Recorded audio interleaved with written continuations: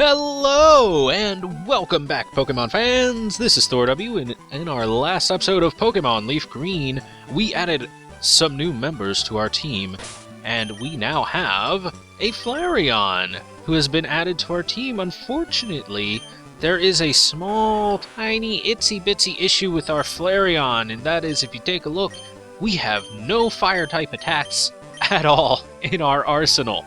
On top of that, we have the unfortunate predicament where Flareon doesn't learn moves that are good for it. Flareon has a bad habit of not learning good moves for itself, so we're going to have to teach it some moves.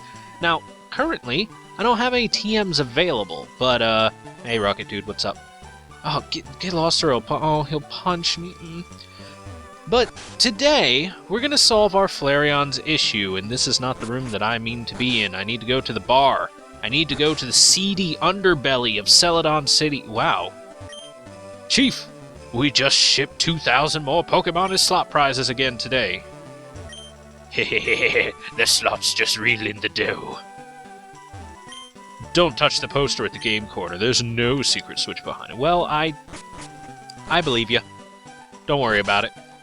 Is this... There we go. Here we go. This is the bar that I was talking about. Hey, what's up? Hi, sorry, but we're taking a break right now. Nom nom nom nom. The man at the table lost it all at the slots. Which man could it be? Could it be this man over here eating what appears to be... probably curry rice. Looks like curry rice. This guy looks like he's having an omelet. Omelet rice. Rice is in everything in Japanese cuisine, but it should be. Rice is delicious. Or is it this guy over here with a tall, frothy glass of apple juice? Yes. Go ahead, laugh. I'm flat out busted. No more slots for me. I'm going straight. Here, I won't be needing this anymore. And we get a coin case. And with that, I always thought I was gonna win it back, but I couldn't. Let's see, what is this? It's a cup with a Pokemon mark on it. Really? Wow, they don't say what's inside it. What's actually inside it is cold, hard beer. Like, that is for reals beer. This guy is drunk off his ass after gambling and losing it all. Don't talk about things being under the game corner. That it's not real. Anyway, with our coin case, we're now going to enter one of the main features of Celadon City. Last time we entered the big mall. This time we're entering the game corner. Now, the game corner works very uniquely. You see all these machines? These are all slot machines. We're going to start gambling today, because gambling is fun. And, first things first, we're going to talk to all the people around here, because if you talk to them, some of them will give you some coins. And, if we come talk to the people up here, she says, welcome, you can exchange your coins for fabulous prizes next door. And if you talk to her, welcome to Rocket Game Corner. Do you need some coins? 50 coins cost 1,000 Pokebucks, and 500 coins cost 10,000. We're a little strapped for cash right now, so we won't be doing that. Instead, we're going to go talk to all the patrons here at the casino, and ask for some of them to... We're not going to talk to him. He says other things. Don't worry about it. Hey, what? You're throwing me off. Here's some coins. Yay! 20 coins from this dude. I believe this dude gives us 20 coins. Yeah, just 20 coins from the nice guy. Thanks, man. Need more coins for the Pokemon I want. And now we're going to look around on the floor, because, oh look, 100 coins just on the ground. Anyway, I'm just going to walk across the floor, mashing the crap out of the A button, and if I happen to come across some coins, you know, I mean, I'm not going to complain, I'm not going to whine if I don't find any coins, but if I happen to find some coins, I mean, nobody else was using them, I guess I will.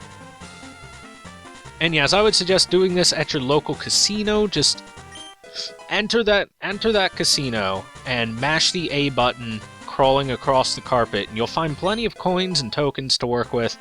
And eventually, you too can fill up your coin case, and then go get the Pokemon you want from your local casino. Or not local casino, I don't know.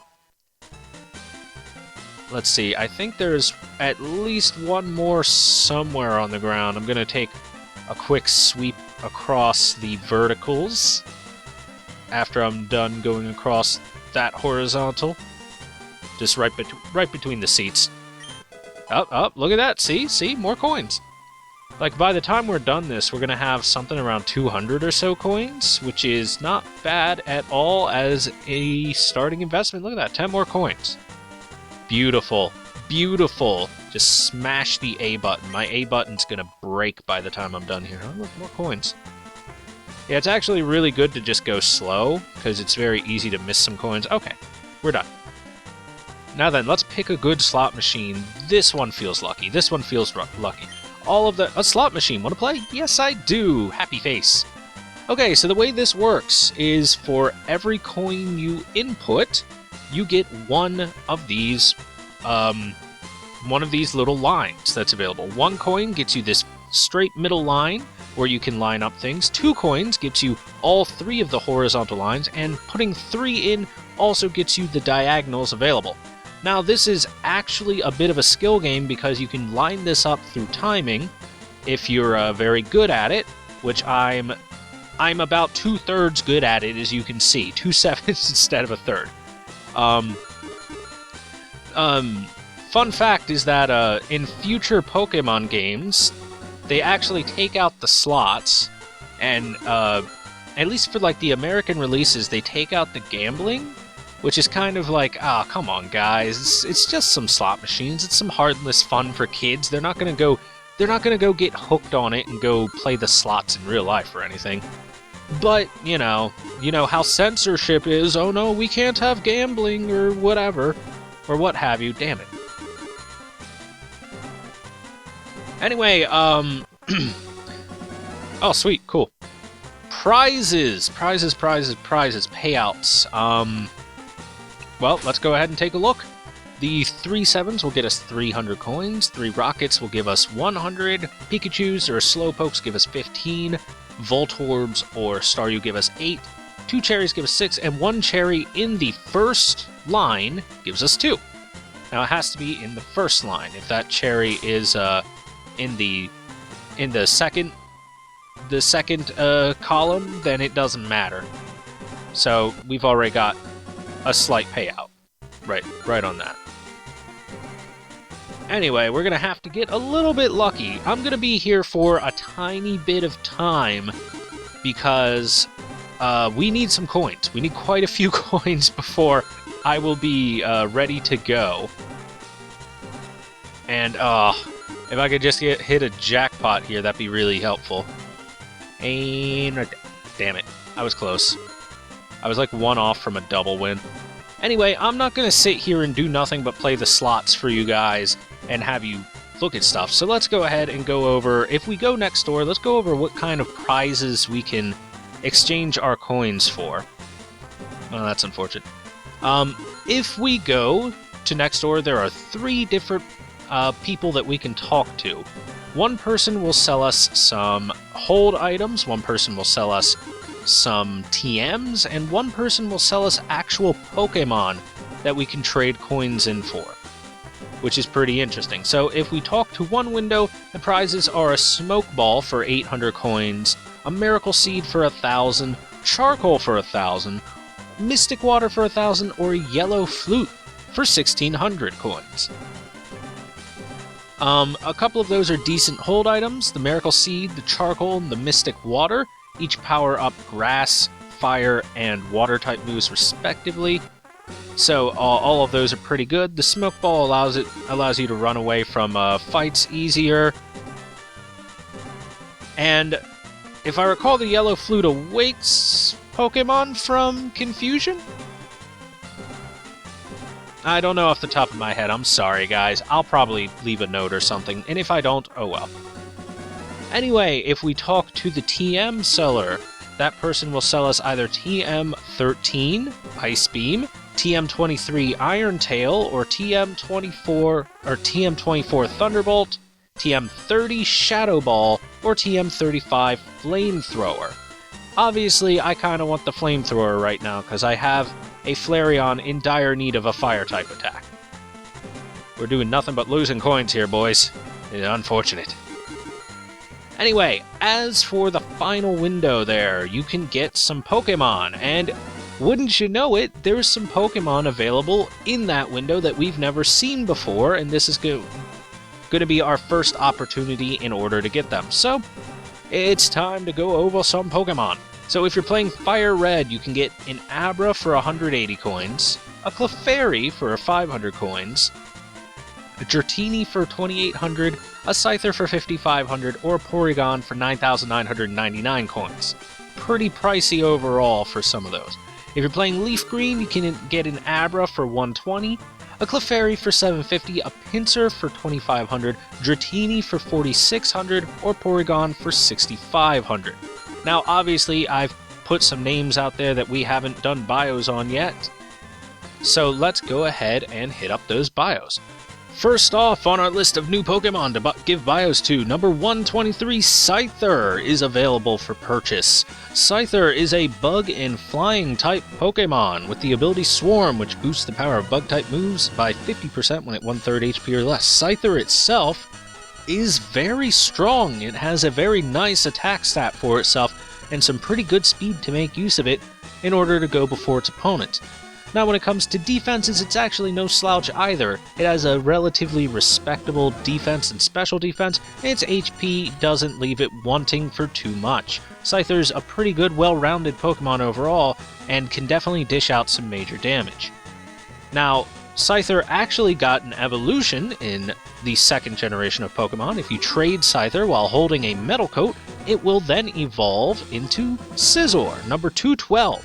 Scizor is a bug and steel type Pokemon. It changes its flying subtype into steel when you make it a Scizor. So Scizor trades off its speed for raw power and a little bit more defense. And this is kind of based on your preference for whether you want a Scizor or a Scyther. Both are super viable Pokemon. Scizor loses the speed in order to gain a bigger attack stat for itself, makes it hit much harder, and it gets a more useful subtyping, in my opinion, of Steel, which is resistant to quite a few typings of its own, and allows it access to some more pretty decent moves to make use of that attack stat, as opposed to its flying counterpart. Now, if you don't want Scizor, you can still stick with Scyther. Scyther is a pretty cool praying mantis bug Pokemon, but Scizor does have a super cool sprite. I really like Scizor's sprite. It looks awesome.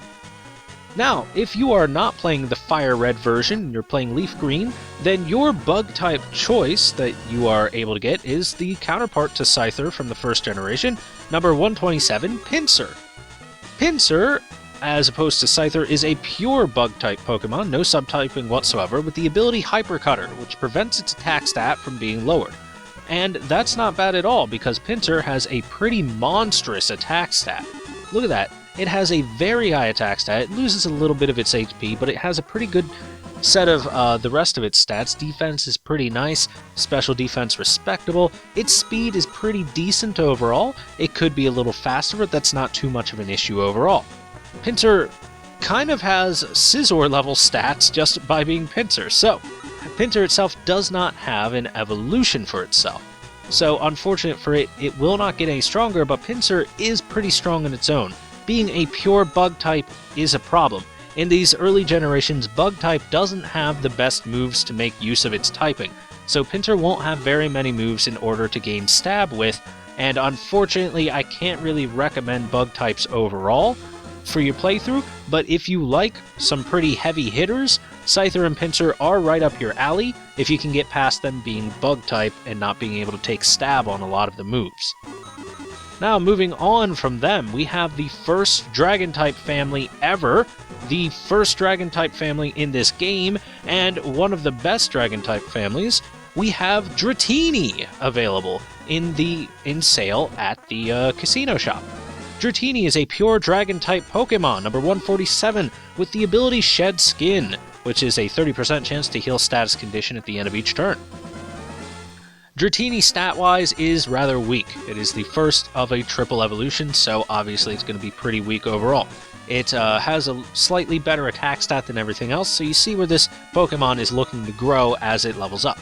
At level 30, it evolves into a Dragonair, number 148. It stays as a pure dragon type. There's nothing super exciting here. You just slap on some stronger stats onto your Dratini, and you got a Dragonair. Nothing exciting. It doesn't learn anything special, doesn't gain a subtyping or anything. Now, once it hits level 55, it will finally evolve into its final form of Dragonite. Dragonite is a powerhouse. Dragon flying type, it gains the subtyping of flying, its ability changes to inner focus to prevent it from flinching, and its stats shoot through the roof. It has a very high health stat, it has an amazing attack stat, Dragonite hits like a truck, it has good typing to make use of that attack stat. Actually, I think in this generation the typing doesn't work too well. I think Dragon is special in this one. I have to double check. Anyway, it has an overall good typing. Dragon is resistant to a lot of things. Good defense, special attack, special defense. Speed could be better, but it's not bad whatsoever. Speed is still pretty high. Dragonite is a monster of stats and extremely powerful. One of the strongest Pokemon you could get in Generation 1. The biggest problems that you're going to find with Dragonite are the fact that it has a quad weakness to the Ice type, which is very unfortunate. Anytime you have a quad weakness on your side, you gotta really think hard about whether you want that Pokemon or not. Now, Ice type is pretty weak early on, and there's not a whole lot of Ice types that you're gonna find, so Dragonite will clean house if you decide to pick this up for your team. I can't stop singing the praises of Dragonite. Very powerful Pokemon, incredibly strong Dragon type, and I would definitely suggest it for your team if you can get past the hard level up process, because Dratini and Dragonair are very weak for a very long time before they become this huge powerhouse in Dragonite. Now finally, the final Pokemon available for both versions is Porygon. Obviously a play on the word polygon, or perhaps just the translators keeping it as Porygon from the Japanese and not translating it to Polygon. Who knows? Anyway, Porygon is a normal type with the ability Trace to copy an opponent's ability. Porygon is unfortunate. It's kind of a disappointment. It is a pure normal type Pokemon. It has a couple of unique things. It has a unique ability. It has a couple of unique attacks like Conversion available for it that are pretty nice, but it doesn't really have anything special going for it, and it's kind of just a throwaway. Generation 2 does make it a little bit better, though. Generation 2 adds an evolution to Porygon. If you trade Porygon while holding an upgrade, it will become the ever-creative name, Porygon 2, number 233. It remains a pure normal type and everything but that, but all of those early jagged polygons do get smoothed out a little bit, and Porygon 2 does look a little bit smoother and a little bit nicer. It also gets smaller, which I think is supposed to be like some reference to technology getting smaller as it gets better. Anyway, Porygon 2 does gain some pretty respectable stats overall. It is very balanced in its stat distribution. It has a very average to good stats overall, and the lowest of its stats being speed, while everything else is pretty darn good. Porygon 2, I can definitely say, is very worthwhile for your team. It's not bad whatsoever. You can use it as a very defensive Pokemon, or because it's normal, it'll learn a lot of different special moves, and you can make use of that special attack. The problem is you're not going to have any stab. If this was a future generation, Porygon 2 actually has another evolution, and I think it's actually Gen 4 where it gets it, and it's a pretty darn good one when it turns into Porygon Z and has pretty good special attack, but unfortunately we won't be seeing that, so Porygon 2 is where it ends. Pretty good overall, and I can definitely say if you pick Porygon 2, you're not gonna be hurting too bad. You're not gonna say it's a horrible Pokemon. You're just gonna say it's all right, pretty good. And that's going to be all of the Pokemon that we can actually go over here. So that's all the different prizes that you can get from the Rocket Casino when it comes to Pokemon, items, etc. Now, I'm a fair bit off from my goal of 4,000 credits, so what's going to happen is I'm going to just skip ahead for the benefit of everyone watching, so you guys don't have to sit there and watch. Only I have to sit there and watch. You're welcome.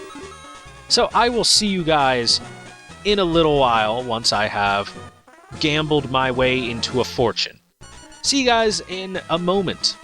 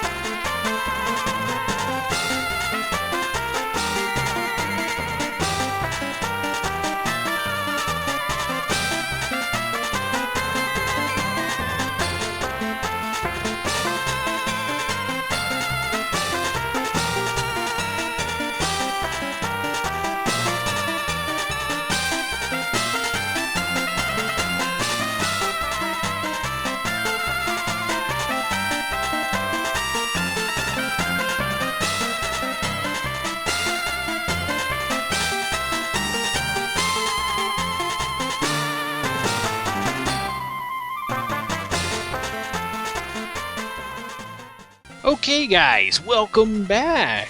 Well then, that took 10 minutes or so of me farming this. I don't know whether I'll just speed that footage up for you guys at like, I don't know, 800 to 1000%. Or whatever, but yeah, we have 4,400 credits now, which should be enough. We have gained quite a few credits there. And let's head over into this little building off to the side, this little annex, and I believe we exchange your coins for prizes. Which prize would you like? The middle person will exchange for your for any Pokemon. The left person, I believe, exchanges for the hold items. Yes, he does. And finally, the gentleman on the right will exchange for whatever TM you might want.